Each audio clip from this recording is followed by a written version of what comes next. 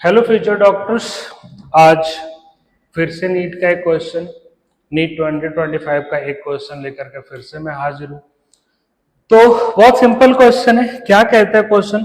कहता है कि दो कार्स हैं ए और बी, एक की काइनेटिक एनर्जी 100 जूल की और दूसरे की काइनेटिक एनर्जी है 225 जूल की। तो सपोज करो एक कार है हमारे पास, this is the car A, और इसकी काइनेटिक एनर्जी कितने जूल है? 100 joule. This is the car B, इसकी काइनेटिक एनर्जी कितनी जूल है? 225 जूल। अब कहता है कि ब्रेक लगाने के बाद कार ए स्टॉप हो जाता है, कितनी डिस्टेंस ट्रेवल करने के बाद स्टॉप हो गया? तो ये है 1000 मीटर डिस्टेंस ट्रेवल करने के बाद स्टॉप हो गया। जब स्टॉप हो गया तो काइनेटिक एनर्जी फाइनल कितनी होगी बच्चे? 0। This is the kinetic energy initial. इसकी भी काइनेटिक एनर्जी इनिशियल है 225 जूल। ये भी स्टॉप हो गया। कितना डिस्टेंस ट्रेवल करके स्टॉप हुआ? ये 1500 मीटर डिस्टेंस ट्रेवल करके स्टॉप हुआ। इसकी भी फाइनल काइनेटिक एनर्जी कितनी हो गई? 0।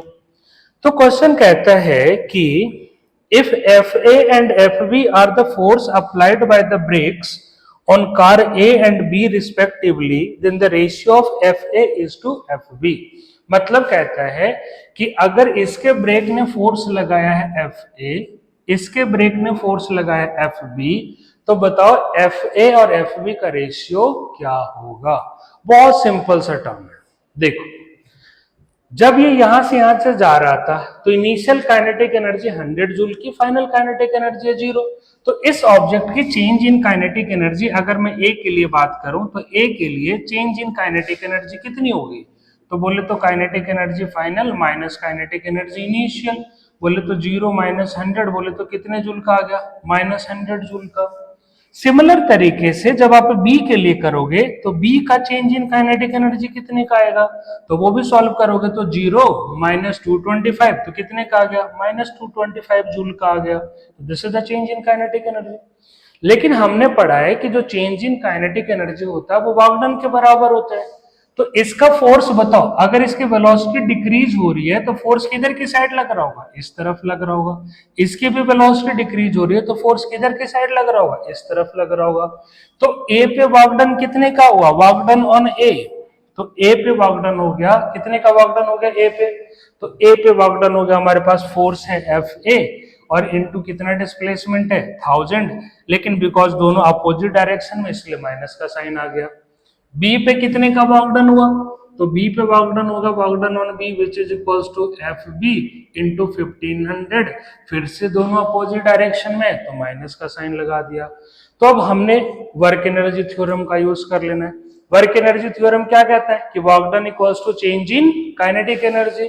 तो work done on a equals to change in kinetic energy of a, और ए का वर्क डन है माइनस का एफ ए इंटू 1000, और चेंज इन काइनेटिक एनर्जी कितने ए के लिए बच्चे? तो माइनस का 100 जूल आ गया। तो सॉल्व करोगे तो माइनस से माइनस गया, 100 से 100 चला गया, तो एफ ए की वैल्यू कितनी आ गई? 1/10। सिमिलरली अगर मैं बी के लिए अप्रोच करूं तो work done on B is equals to change in kinetic energy of B. तो वर्क डन ऑन बी कितना है? माइनस का F B into 1500, this should be equals to minus का 225। जब इसको सिंप्लीफाई करेंगे तो एफ बी की वैल्यू कितनी आ जाएगी? 225 अपॉन में कितनी आ गई बताओ? 1500। अगर हम इसको 15 से डिवाइड करें तो आई थिंक 15 जा 225 होता है, और ये कितना आ गया? 100 आ गया। अगर इसको फर्दर डिवाइड करें तो 3 5 जा, और ये हो गया 25 जा। तो एफ बी की वैल्यू आ गई 3 अपॉन में 20।